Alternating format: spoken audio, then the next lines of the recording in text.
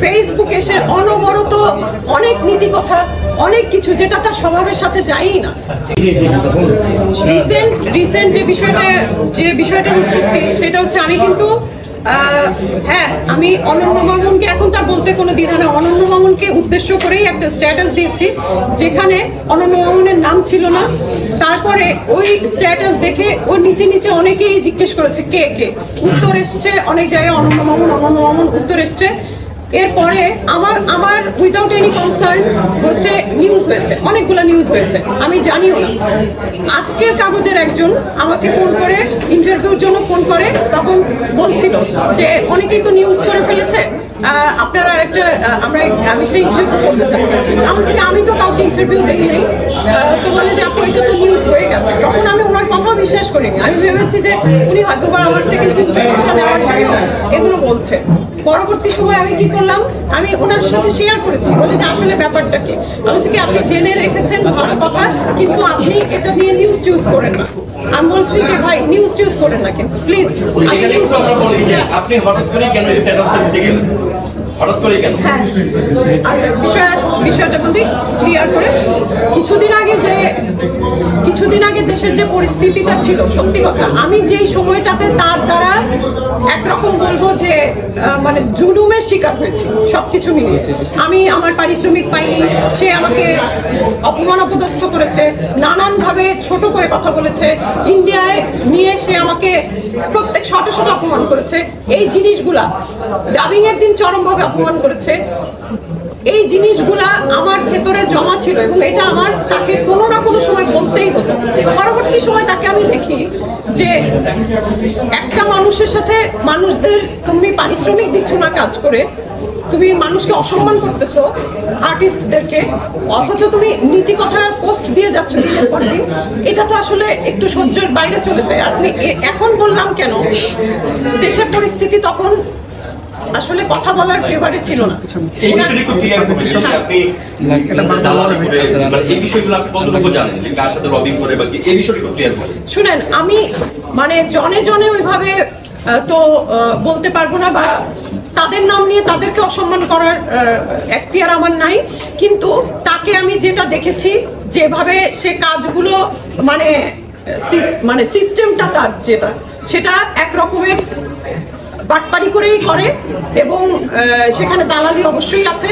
বাটপাড়ির উদাহরণ আমি একটা দেই। প্রথম কাজে যে বাটপাড়িটা আমার সাথে হয়েছে সেইটাই বলি। সে আমাকে জিজ্ঞেস করেছিল যে আমি কি বাটপাড়ি করেছি। আমি তখন বলেছি যে প্রথম মুভিতে আপনি যখন আমাকে কাজে নিয়েছেন, আপনি আমাকে স্ক্রিপ্ট দিয়েছিলেন, স্ক্রিপ্টের থেকে অজস্র জিনিস বাদ দিয়ে অজস্র জিনিস অ্যাড করে আপনি শুট করেছেন। আমি আমার প্রায়োরিটি দেখে কাজ করতে গেছি, আপনি আমাকে একেবারে ডাউন করে দিয়েছেন। ওখানে মাত্র আমার জানুয়ারি রিলিজ হয়েছে, আমি তো আমার হাইট বুঝে সেখানে আমি কাজ করতে গেছি, কিন্তু সে আমাকে অনেকটাই ডাউন করে দিয়েছে এবং সে ওখানে হিরোকে হিরো বানিয়ে দিয়েছে। আসলে এখানে সিস্টেমটা ছিল পুলিশ অফিসার জিনিসটাকে সলভ করে ফেলবে, কিন্তু সে কি করলো, হিরো ইট দিয়ে ভিলেনকে খুন করে ফেলে, মানে বাংলা ট্রেডিশনাল বাংলা সিনেমার মতো। আমি তো স্টোরিটা দেখে গেছি। সে এইখানে এক ধরনের বড় রকমের এটাকে কি বলবো, এটাকে কি বাটপাড়ি বলবো না? আমাকে একরকম বলে নিয়ে আর এক রকম করানো, এটা কি বাটপাড়ি না? 20 দিনের কথা বলে ইয়েতে নিয়ে গেছে, বেনারসে নিয়ে গেছে, বলছে 5 দিনের কথা। কাজ আমি 16 দিন শুটিং করছি, এখন বলতেছে যে আমি তোমার 5 দিনের জন্য নিয়ে গেছি, তুমি বলছো যে আমি শিখবো। ওনার কাছে আমি কি শিখবো? উনি সেটে যে ধমকাধমকি শুরু করে, এই ডিরেক্টরের কাছে আমি কি শিখবো? তার আগে আমি রায়হান রাফি জানোয়ারে কাজ করে গেছি, আমি হিমেল আশরাফের প্রিয়তমায় কাজ করছি, আমি একটা সিন হলেও আমি ইয়েতে কাজ করছি, মুজিবে কাজ করছি, খালেদা জিয়ার চরিত্রে কাজ করছি। তো এখানে আমার অডিশন নিয়ে কাজ করাই নাই, আমি কি শিখে যাইনি? আমি আশরাফ শিশিরের সাথে কাজ করছি, আমি শাহ আলম কিরণের সাথে কাজ করছি। এরকম অজস্র ডিরেক্টরের কথা বলতে পারবো যারা হাই প্রোফাইল। তো ওনার কাছে উনি আমার সাথে শুধু না, আমি গলা ফাটাচ্ছি বলে আপনারা ভাবছেন যে আমার সাথেই করছেন, এটা উনি সবার সাথেই করেন। ওদের আত্মসম্মান বোধ আমি সেটাকেও দোষ দিব না। যে আর্টিস্টদের এগুলো সহ্য করে কোনো কথা না বলে কাজ করছে তাদেরও আমি দোষ দিব না। যেখানে রুটি রুজি আটকে যায় সেখানে অনেক কিছু সহ্য করে কাজ করতে হয়, সেটাই হয়তো বা করে। আচ্ছা, তারাও তাদের পক্ষ থেকে বলা হয়েছে যে আপনাকে যেতে কথা হয়েছিল 15 তারিখে দেখা করার জন্য, বাট এখন এই সুযোগ আপনি জাননি, এবং মামুনের অন্যতম অভিযোগ যে আপনি তাকে ব্ল্যাকমেইল করছেন। এই যে এবার খুবই ভালো প্রশ্ন এটা। সেটা হচ্ছে আমি যখন স্ট্যাটাসটা দিলাম দেওয়ার সাথে সাথে অনন্য মামুন যখন আবার স্ট্যাটাস দিল যে একজন অদক্ষ মানে শিল্পী এই করেছে, স্ক্রিনে তার নিজেকে দেখতে পারেনি বলে এই করেছে, সে কিন্তু নিজেকে নিজেই চিনিয়ে দিল। আমি কিন্তু তাকে চিনাতে যাইনি, আমি কিন্তু তার নামও বলিনি। এইটা যখন দেখলো তখন এই যারা টাকা পায় ওদের একটা গ্রুপের হয়ে একজন আমাকে ফোন দিয়ে বললো যে আমাদের এরকম টাকা পাবে, একটা গ্রুপ আছে, আমরা কি ফেসবুকে একটা গ্রুপ করতে পারি, আপু তুমি কি আমাদের সাথে থাকবা? তখন আমি চিন্তা করলাম যে ঠিক আছে, তাদের সাথে থাকি, ওরা একটু শক্তি পাবে, ঠিক আছে। এই জন্য কিন্তু ওদের সাথে থাকা। এবং আমার একাকে যখন যেতে বলেছে এই আসিফ, এটা একটু শুনতে হবে, সেটা হচ্ছে আমার যখন একা যেতে বলেছে তখন আমি রাব্বানিকে বলেছি যে আমি কিন্তু আসলে আমার একটা অপারেশন হবে, দেশে বাইরে যাব, আমি বলছি যে তোমরা আমার টাকাটা বিকাশ করে হিসাব করো কি হয়, কারণ আমার হিসাবে ওরা কখনো টাকা দিবে না, সেটা আমি জানি। গেলেও এখানে নেগোসিয়েশনই হবে, সেটাও আমি জানি এতদিনের অভিজ্ঞতা। আমি বলছি যেটা তোমাদের হিসাবে হয় সেটা তোমরা আমাকে বিকাশে দিয়ে দাও অথবা আমার ব্যাংক অ্যাকাউন্টে জমা দিয়ে দাও। আমি কিন্তু বলেছি সেটা, তারা সেটা করেন। এবং স্টিল আমি আরেকটা কথা বলবো, টাকা যদি তাদের দিতে হয়, আমার হিসাব সারা বাংলাদেশ জেনে গেছে। তোমরা জানা মানে হচ্ছে, আপনারা জানা মানে হচ্ছে সারা বাংলাদেশ জেনে গেছে। এই টাকা আনতে আমি ওই অফিস পর্যন্ত আমার মনে হয় না কোনো আর্টিস্টেরই যাওয়ার আর প্রয়োজন আছে। যার যতটুকু পাওনা আছে হয় বিকাশে দিয়ে দিক অথবা ব্যাংক অ্যাকাউন্টে জমা দিয়ে দিক যদি ডকুমেন্ট রাখতে চায়, দ্যাটস ইট। এবং আরেকটা কথা বলবো, সে যে বলে যে টাকা পায় নাই তাহলে কাজ করছে কেন, ভালো কথা, ডকুমেন্ট কোথায় এগুলো বলছে? তার অভিযোগ ছিল যে এই কথাগুলো কেন আমাকে আগে বলেন যে আমার টাকা দেওয়া হয়নি তাকে। এই শুনেন, টাকা দেওয়ার সিস্টেমটা ওদের অফিসে এমনই, বলতে হবে অ্যাসিস্ট্যান্টকে, প্রোডাকশন ম্যানেজারকে। অনন্য মামুন কখনো টাকা পয়সা নিয়ে ডিলই করে নাই, কখনোই না। এই জন্য আমরা অভ্যস্ত হচ্ছে অ্যাসিস্ট্যান্ট ডিরেক্টরকে বলা এবং ম্যানেজারকে বলা। ইভেন ইফ আমি যখন 19 দিনের পর ইন্ডিয়া থেকে বাংলাদেশে আসবো, সেই সময় আমি রাব্বানি ভাইকে বলছি যে রাব্বানি ভাই এখানে শাড়ি টাড়ি এত সস্তা, গিফট নিয়ে যাব, টাকা পয়সা দিবা না? এতদিন কাজ করলাম, আপু টাকার তো অনেক প্রাইস। ওই একটাই মানে 2-3 লাইন মুখস্থ করে ওরা নিয়ে নিছে।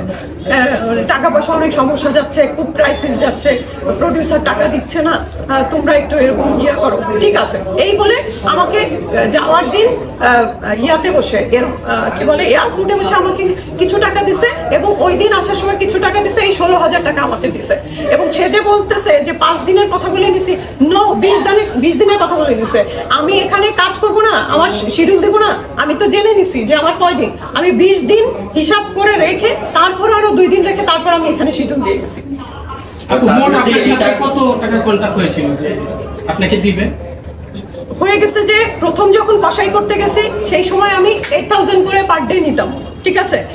পরবর্তীতে আমার রেমুনারেশন 12-15 নিছি অনেকের কাছে। তো ওনাদের এখানে যেহেতু সব সময় ক্রাইসিস থাকে, এমনিও একটা ভাই বোনের সম্পর্ক হয়ে গেছিল, তো আমি 10 একটা মাঝামাঝি ধরে নিছি। এটা বলার কিছু নয়, এটা রাব্বানিও জানে, এটা সাগর ভাইও জানে, এটা মামুন ভাইও জানে, এটা সবাই জানে। ওনারা যে বলে একজনকে টাকা চাইতে গেলে, মামুন ভাইকে টাকা চাইতে গেলে বলে এই রাব্বানি তুমি এখনো টাকা দাও নাই, আবার রাব্বানিকে বলে ভাই আপু মামুন ভাই তো এখনো টাকা পায় নাই। এখানে আমি একটু অ্যাড করি, প্রথম যে আপনি স্ট্যাটাসটা দিলেন যে দালালি করে কাজগুলো বাগিয়ে নিচ্ছে, সেই ক্ষেত্রে তার অবজেকশনটা ছিল, স্ক্রিনশটটা ছিল যেটা প্রকাশ করছে যে আসলে আপনাকে সেটা আপনি ট্রেলার থেকে বাদ করার কারণে আপনি ক্ষোভটা প্রকাশ করছেন, আসলে কি সত্য? এটা একেবারেই অনেক কিছু থেকেই তো বাদ করে যায় তার। হ্যাঁ, কাজ করি কষ্ট করে দিন রাত এক করে, চেহারার অবস্থা মানে ইয়া হয়ে যায়, সেইভাবে সে তো শান্তি মতো, এখানে তো বিশাল বাজেট দিয়ে আমাদেরকে শান্তি দিয়ে কাজ করানোর সুযোগ হয় না তার। তো তারপরও ওই ইন্ডিয়াতে আমি যখন গেছি, তো আমার ক্যারেক্টারটা তো একেবারে কম ইম্পর্টেন্ট না, দরদ রিলিজ হলে দেখবেন। তো সেখানে এক ঝলক আমি আমার নিজের উপস্থিতি প্রত্যাশা করতেই পারি, কারণ দেশে এসে সব থেকে বেশি দরদ নিয়ে ইন্টারভিউ দিয়েছি আমি, এবং আমাকে সবাই নেগেটিভ প্রশ্ন করেছে, অনন্য মামুন তো এরকম, তো তোমাদের সাথে কিরকম করেছে। আমি সব পাহাড় ঠেলে আমি তাকে উপরে রেখেছি সবসময়, কারণ যে দরদটা অ্যাটলিস্ট মানুষের একটা পজিটিভ ভাইবে থাকুক, যে দরদের প্রতি মানুষের একটা আগ্রহ থাকুক। আমি হচ্ছে কি, যত যা কিছু গেছে বাদ, সব বাদ, দরদ অন্য লেভেলের বানাইছে মামুন ভাই, কারণ ওখানে বিদেশি টিম ছিল, ওখানে মামুন ভাই তাদের সাথে কনসার্ন করে একটা তৈরি করছে, অনেক ভালোভাবেই সে বানাইছে। তো এখানে কি যেমন ছিল প্রশ্নটা, যে সে দালালি করে যে বিষয়টা আপনাকে ট্রেলার না রাখা। ও আচ্ছা, ট্রেলার প্রশ্নই আসে না। ওই যে একটা লাইন আমি অভিমান করে লিখেছি, এটা ভাই বোনের সম্পর্ক থেকে, মামুন ভাই আপনি আমাকে টিজারে রাখলেন না, থ্যাংক ইউ, এইটা নিয়ে দ্বিতীয় দিন আর কোনো দিন কথা হয় নাই। তারপরে ওই যে দুবাইয়ের একটা পোস্ট, একটা স্ক্রিনশট আছে, যেটা ওইটা আমি বহুবার বলেছি, আবারও বলছি, আমি ইউএসএ তে ইমিগ্রেশনের জন্য অ্যাপ্লাই করবো, আমাদের আর্টিস্ট কোটায় কিন্তু ওটা একটা অপশন আমাদের জন্য আছে, এটা দেশে বসেও করা যায়। আমার সব কাগজ আছে, আমার ছিল না, এফডিসির কার্ডটা ছিল না, হ্যাঁ শিল্পী সমিতির কার্ডটা ছিল না, ওটাও আমার এখন হয়ে গেছে। এখন শুধুমাত্র আমার একটা অ্যাওয়ার্ড দেয় ভাই, বহু মানুষ অ্যাওয়ার্ডের জন্য আগে বলতো, আমার ভুল ওইখানে হয়ে গেছে, তখন নেই বিভিন্ন কারণে, এখন তো আমার দরকার। তো আমার যারা আমি ভাই বলি, ওর আর ওই যে রেমুনারেশনের কথা বলে না, আজকে এটা যদি ছোট লোকই ধরেন, ছোট লোকই, ওরা আমার যতটুকু দিছে, মানে ভাইয়ের কাছে কি টাকা পয়সার হিসাব আছে? ওই হাউসে যে ওরকম বহুত মানে খরচ করে আসার মতো আত্মা আমার আছে, আমি এগুলা এত কঠিন ভাবে চিন্তা করি না। সম্পর্কের কাছে অনেক কিছুই তুচ্ছ আমার কাছে। এখন আপনার স্পেসিফিক চাওয়াটা কি? আমার অভিযোগ প্রথমত ছিল সে আমাকে অপদস্থ করছে বিভিন্নভাবে, এবং সেই অপদস্থের রেশ সে উইদাউট মাই পারমিশন আমার মেসেঞ্জারের স্ক্রিনশট সে পোস্ট করেছে। এইটা একটা দণ্ডনীয় অপরাধ। সে অবশ্য আমাকে সরি বলবে, সরি যদি না বলে অবশ্যই আমি ব্যবস্থা নেব। আপু এই বিষয়গুলো নিয়ে, এবং টাকা পয়সা যেটা যে পাবে, টাকা পয়সা নিয়েই যখন এত কিছু হয়ে গেল, টাকা পয়সাকে তুচ্ছ করেছি। কিন্তু আচ্ছা, আপনাদের সাথে তো আরো অনেকেই ছিল, আজকে আপনি একটা ওইটা আবার একটু বলি, সেটা হচ্ছে যে আমি নিজেকে অনেক বেশি মানসিক শক্তিশালী একজন মানুষ মনে করি। আমার মানসিক শক্তির ধারে কাছেও কেউ নেই। তারাই কিন্তু আমাকে একত্রিত করেছিল, এবং জাহাঙ্গীর নামের একটা ছেলে আমাকে প্রথম দিন পোস্ট দিয়ে টেক্সট করেছে আমাদের ওই গ্রুপে, যে আপু তুমি এসএস গুলা দিয়ে দিচ্ছি, সবগুলো নিয়ে তুমি পোস্ট দাও, তুমি সাক্ষী। তো সেই পোস্ট দাও, সেই ছেলে কালকে কি করেছে, মামুন ভাইয়ের সাথে ছবি দিয়ে, আমি এটা যেটা করেছি খুব ভুল করেছি, মামুন আমাকে সবার আগে চলচ্চিত্রে নিয়েছে, এই করেছে ওই করেছে, বহুত সাফাই টাফাই করে। ওর স্ক্রিনশট আমার কাছে সবগুলাই আছে, ও যা বলেছে ওই রকম ভাবে পাল্টে খেয়েছে। এবং মামুন ভাই সবাইকে ইন্সপায়ার করার, মানে বায়াস করার ট্রাই করেছে। কালকে রাত্রে একটা, মানে কি বলবো, কম করে হলো 16 থেকে 17 জনের একটা কনভারসেশন। হ্যাঁ, আমার গলা কিন্তু ভেঙে গেছে। আমি বলছি যে না, আমি প্রেস মিট করবই। সে নাকি আমার নামে মামলা করবে, সে নাকি ব্যবস্থা নিবে। Okay, I am ready for that. What he will do. I want to see. একটা জিনিস, অন্য অনুষ্ঠানে যখন কথা হচ্ছিল তখন সে একটা ব্লেম দিচ্ছিল যে ভাই আপনাদের নাম সে বিক্রি করছে, যে সাংবাদিকদের অনুরোধে এলাকার সামনে প্রেস কনফারেন্স করবে, সাংবাদিকদের বাসায় গিয়ে অনুরোধ করছে, বিষয়টা কত সত্যি? এই যে একটু আগে এটার ব্যাখ্যা দিছি, আমি আবারও বলছি, বিষয়টা হচ্ছে আমার বাসায় 2 দিন করে প্রায় 20-22 জনের মতো সাংবাদিকরা গেছে। ওনারা আসতে চেয়েছে। আমি যেহেতু একটা প্রশ্ন তুলেছি, তুলতে না যেও কাজেই জিনিসটা হয়ে গেছে, সেহেতু আমি সাংবাদিকদের অ্যাটলিস্ট ক্লিয়ার করে রাখি সবসময়, কারণ এরাই আমার পাশে থাকে, আর কেউ নেই। কিন্তু ওখানে হয়েছে এত আসে, ওরা একটা টিম গেছে আমার বাসায়, বলছে আমি বলি কি এত মানুষ সবাই আসতে চায়, বলে আপু অনেকেই আসতে চায়, অনেকেই ইন্টারভিউ নিতে চায়, কিন্তু বাসাটা তো একটু মানে ভেতরের দিকে, এখানে এত দূরে আসতে চায় না, আপনি কি একটা প্রেস মিট করা যায় না আপু, একটু করেন না, সেটা সব থেকে ভালো হবে। এইটা মনে করো যে তো এই যারা বসে রয়েছে তোমরা একটা আমাকে পরামর্শ দিচ্ছ, এটা আমি নিছি, আমার ভালো লাগছে যে এই যে সবাই একত্র হলো, এটা একবারে বলে দিলাম। এইটা গেল। আর হচ্ছে আমার চাওয়া ছিল একটাই, যে আমার টাকা দিক পরে ওদের টাকাগুলো যেন আগে একটু দিয়ে দেয়, তারপর আমার টাকা শেষেই দিই।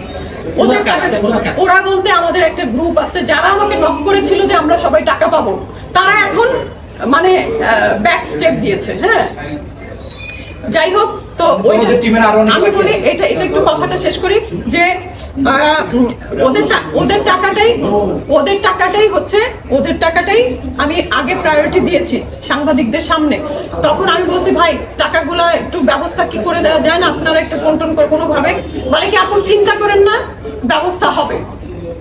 ওরা বলছে এই সিচুয়েশনটা কিন্তু এখন আমি মনে করো যে আমি ঘরের মধ্যে যে আমার ঘরে যে আমি কথা বলতেছি আমার মানুষদের সাথে, তখন ওদেরকে ইন্সপায়ার করতে চাইছি যে আমার সাথে যেন আজকে প্রোগ্রামটায় থাকে।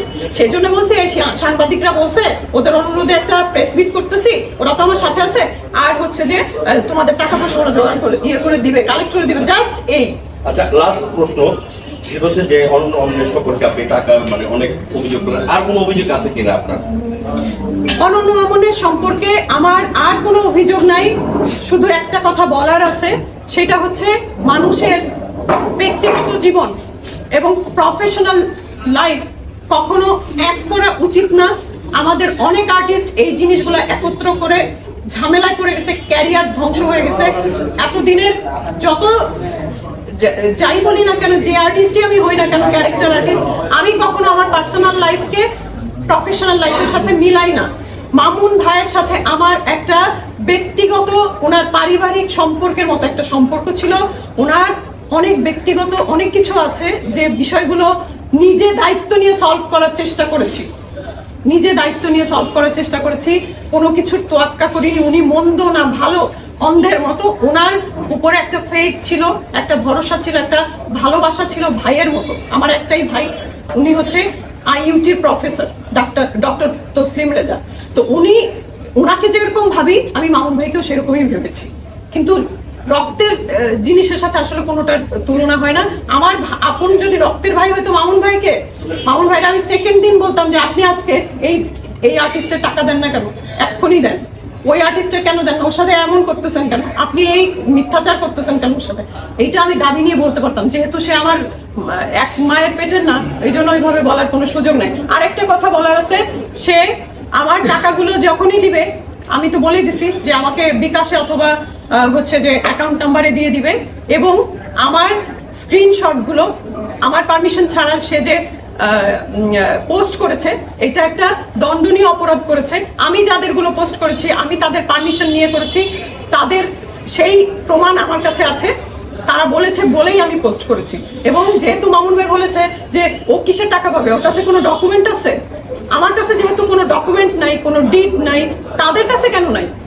একটা প্রোডাকশনের রিসিপ্ট থাকবে না যে অমুক আর্টিস্টকে আমি এই টাকা দিয়ে শোধ করে দিচ্ছি? রিসিপ্ট থাকবে না?